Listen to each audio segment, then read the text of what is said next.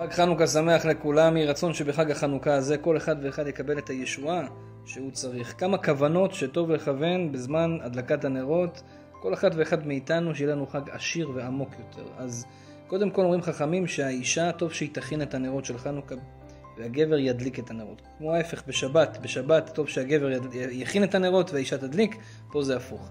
ולכן כשהיא מכינה את הנרות, דווקא תעשה את זה עם שמן זית. שמן זית זך הוא מן המובחר, ואומרים חכמים שיש בו הרבה יסודות, ולא שמן למור, שמן זית שהוא טוב לאכילה, ובזמן שהיא מוזגת טוב לכוון שם קדוש בית יוטט. ביית, זה השם הזה מ-72 שמות של השם, זה יביא עכשיו שפע ברגע שהיא מוזגת, נמזג לה מהעולמות העליונים אור לבית שלה. הכוונה השנייה זה הגבר כשהוא מדליק, יברך להדליק נר חנוכה, זה ראשי תיבות, למד נון ח' זה נחל.